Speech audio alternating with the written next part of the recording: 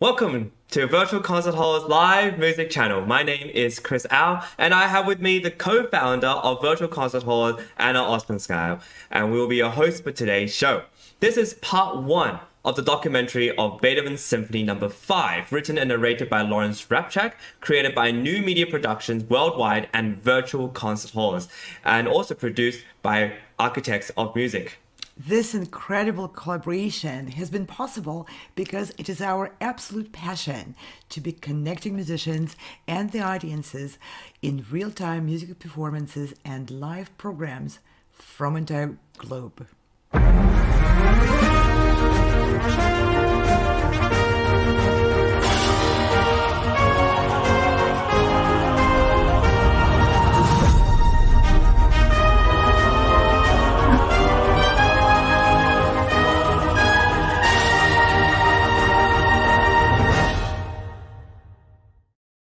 Thank you for being with us today. And now it's time to fasten up your seatbelts because we are about to embark on a very turbulent journey through Beethoven's universe.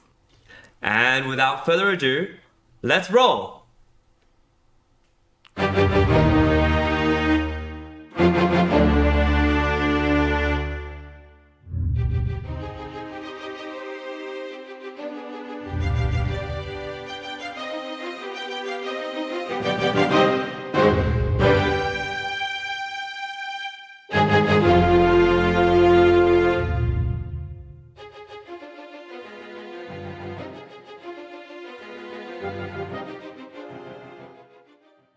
It is terse, it is compact. Its dynamic energy is concentrated into a mere 9.5 minutes of music, the shortest opening movement of Beethoven's 9 symphonies. And it's all the more stunning because of the bold, unprecedented way in which it begins.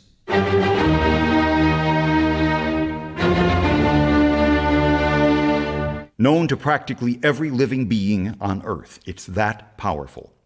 And the attempts to describe and explain this or that aspect of this music are endless. For instance, is there any dramatic significance to the opening motive, beyond its musical and structural function? In Beethoven's Fourth Symphony, I do believe there is an abstract parallel to the gradual process of creation in its introduction. But here in the Fifth Symphony, the basic elemental opening motive is presented right off the bat in its stark, imposing grandeur, and things proceed from there. Beethoven was already sketching his ideas for the Fifth Symphony in 1804, in tandem with the monumental Third, the Heroic Symphony. And certainly the Fifth contains the same sort of revolutionary musical outlook and language as the Eroica. And the Fifth Symphony's main key of C minor definitely evoked powerful creative impulses from the composer, as we saw in the second movement, Funeral March of the Eroica. But I don't know that there's much point in doing any more detective work here. It's all been done by others. Beethoven's iconic opening motive, the group of 4 unison notes,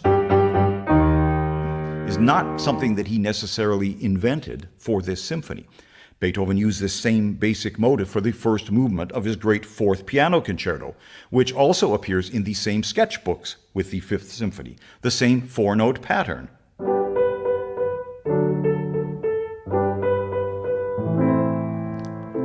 Sounding much different. Yes? Mozart used the same motive 20 years earlier in the first movement of his equally great C major Piano Concerto number 25.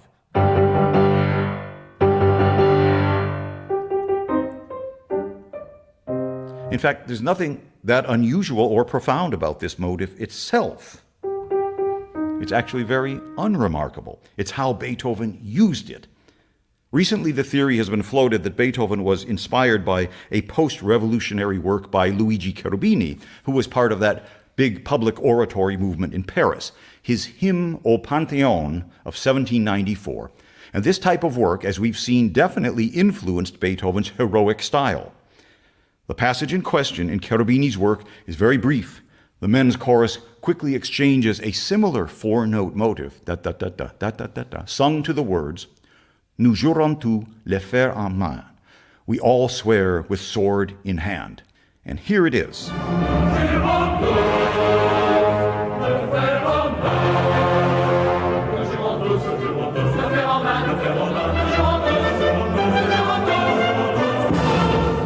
So there's the big motive.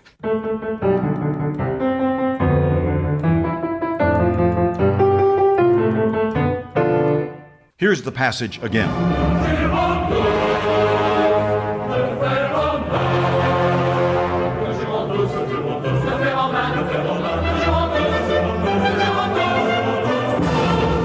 Now, Beethoven admired Cherubini's music, and it's very possible that he knew this work and was influenced by this brief passage and its rhythmic motive.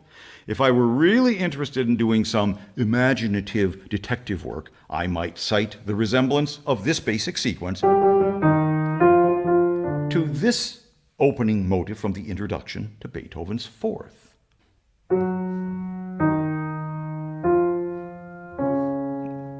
Which we know so well from the Fourth Symphony. But I'm not going to go there. One can always find similarities of this sort in any composer's music, if that's how one wishes to spend one's time.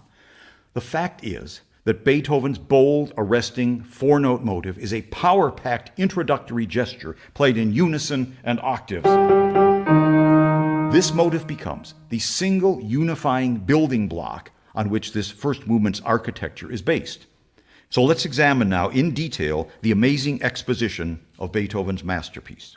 After announcing the first movement's main building block, which is both melodic and rhythmic, Beethoven immediately surrounds us with quick repetitions of the motive, darting about between the various string sections. And the brilliance here extends to the orchestration and its voicing. Each group of the four notes is played by a different section of the strings in rapid succession. First, it's the second violins, then the violas, then the first violins. And this is technically very difficult to coordinate with 40 string players in an orchestra. It must have been impossible to figure out at the 1808 premiere. But the concept, the imagination of this pointillistic writing is astounding. The physical dimension of the sound, almost as if we are surrounded on all sides by the motive.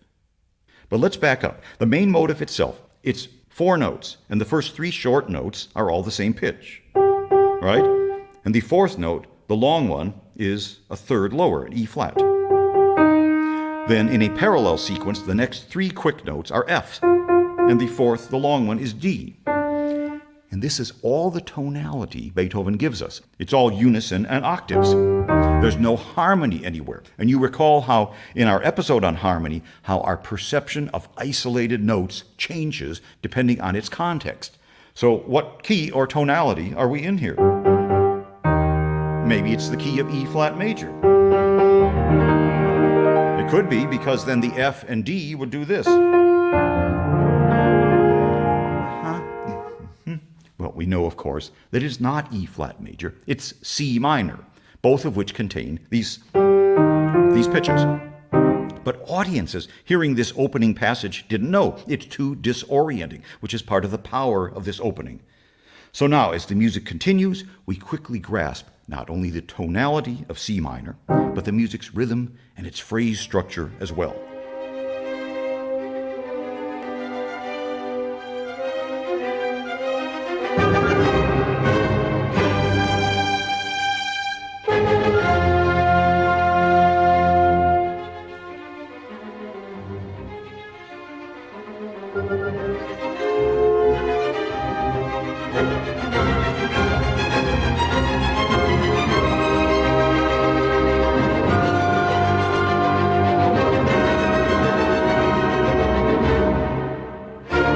And I suppose that sounds like a symphonic allegro once your mind starts to acclimate to what the man is doing. Actually, Beethoven's harmonic structure is rather simple. C minor, G, the dominant, then they alternate.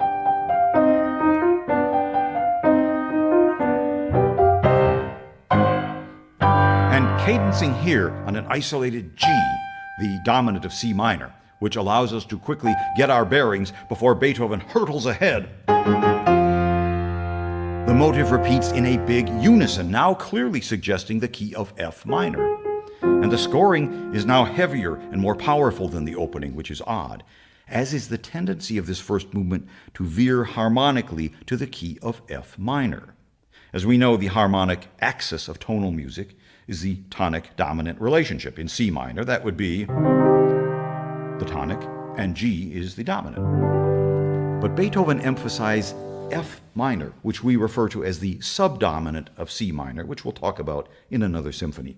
But this lends a certain darkness and sense of gravitas, as they say, to the music. C minor, F minor, C minor, F minor, etc. Very somber in character.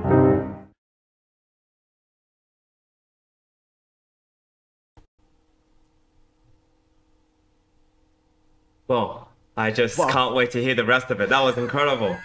Yes, isn't that so good. incredibly intriguing? And Lawrence Yeah.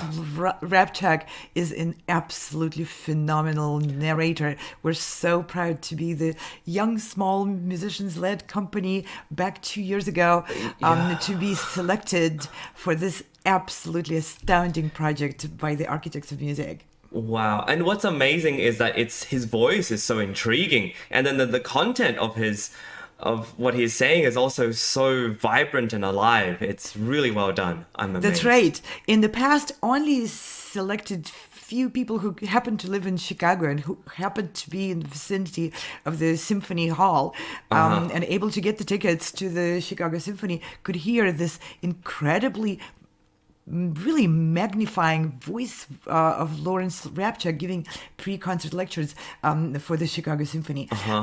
Now with this program, everyone is able to be immersed in that incredibly intense universe of his storytelling. And what I love so much about his storytelling is he talks about really complicated technical concept which Beethoven uses in order to express the story which Beethoven put in the symphonies, but he makes it so accessible. You can even gloss over some of those C minor, G, F minor. Yeah. You can really see and understand the pulse of why it's put that way by Beethoven in the symphony, right? Yeah, and also what's amazing is the kind of production that's been put together by Virtual Concert Halls and the team who have animated and put all these sort of visual aids so that anyone could really understand it. And I would like to ask how this collaboration with Larry Rapchak as well as all these different productions came about.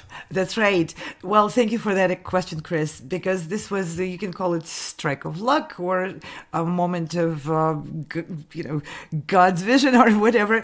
But for our company at the time when this project came about, our company was very, very young. So we were just starting to establish our place as the content creators. And for a lot of people, there was a big question mark where those people are going to go, because we are professional musicians. We are not really professional filmmakers or professional video program makers. We had a lot of people helping us from all those related fields, teaching us, shaping our approach to everything. But we don't have a degree in filmmaking. None of us do. And this was an extraordinary support from both Steve Robinson and Larry Rapchak to trust our very young team of film producers and makers, musicians themselves, to go ahead with this huge project of producing films for all of the lectures, which were already, those lectures were already, the audio for them was already recorded previously, but the visualization of it was not yet done, so the project was not completely finished.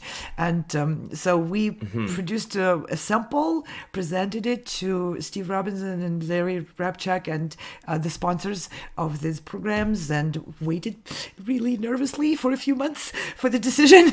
Well, it wasn't maybe even that long. And then we were granted a go with this. And the Fifth Beethoven Symphony was the first film our team produced. And then you should be very proud. This is an incredible production. It really makes all the music and the things that Larry are talking about come alive. And so this leads me sort of to my next question. Of course, we all loved Beethoven's Fifth Symphony and we know the main motif, but I would love to know what's your relationship with the Fifth Symphony, and when was the first time you heard it, which orchestra perhaps, or how has it grown on you since? Okay, well, I'm glad you said this. We all love Beethoven. No. I'm the one who loves it. I see, yes. You can't love it the way I do. So, this particular symphony has a very special place in my heart and in my life. I'm a daughter of the symphony conductor. My father was the conductor of the Yaroslav Philharmonic Symphony. So back then, children didn't really go to daycare. So it was a different world. So I spent my very early childhood basically being a nuisance on the somewhere around the symphony where my father was conducting the rehearsals and my mother was a violinist in that orchestra. And I don't remember anything about the symphony orchestra for a while until I remember da da da dum, and it just struck me like something completely happened. I think I was about 5 years old back then, and I wasn't really interested in music. I was just interested in my parents getting off that stage and finally paying attention to me. But that ta-da-da-da just changed my whole universe. I looked up at the stage and suddenly I saw my dad on the podium. And with all that music, it felt like really the universe opened up for me. And I think that's what actually put the seed or the spark or whatever you call it and making a musician out of me. That's a wonderful story. And you've lived with it ever since. The amazing thing about that is that it sparks the first little glow, but then it's what happens after, and this fire is continuing on, and you're doing absolutely. all You're the right. things. The fire. I think that ta-da-da-dum lit up the fire, which was dormant there, waiting for a provocation to burst. Yeah, absolutely. I appreciate you sharing your story with us, Dr. Anna, and of course, because you're part of the team of Virtual Concert Halls, but also a driving force to making this project happen. And with that, I want to also thank our team and collaborators, New Media Productions, Virtual Concert Halls, Architects of Music, and of course, the amazing Lawrence Rapchak, who put all this together and is the voice of this project. We give a big hand to Architects of Music, and I love this graphic of them, all the different composers gathered together to build our world, the music world we know. And if you're interested in our further productions, it's important for you to go to our website, soundexpressivacompetition.com. And if you want to learn about our productions, we go to virtualconcerthalls.com and you'll find everything there. Anna, this is just an incredible opportunity to share this amazing documentary and music with you. And we'll continue. There are chapters coming up, and these programs focused on Beethoven Magnificence 9 will go on every week on Thursdays and Sundays at 12 noon. Tune in, stay with us, and get involved. Yes. All right. Thank you, everybody. Bye now. See you next time. No matter where you are or who you are, music connects us all. We started with a dream, but now we are paving the future. Welcome to the Sound Expressiva Global Competition. Fully virtual, yet bringing musicians closer together than ever before, now on a global scale. True live, inclusivity, diversity, connection, community, an extraordinary array of judges. Get noticed by companies all over the world. Prizes, scholarships, performance opportunities.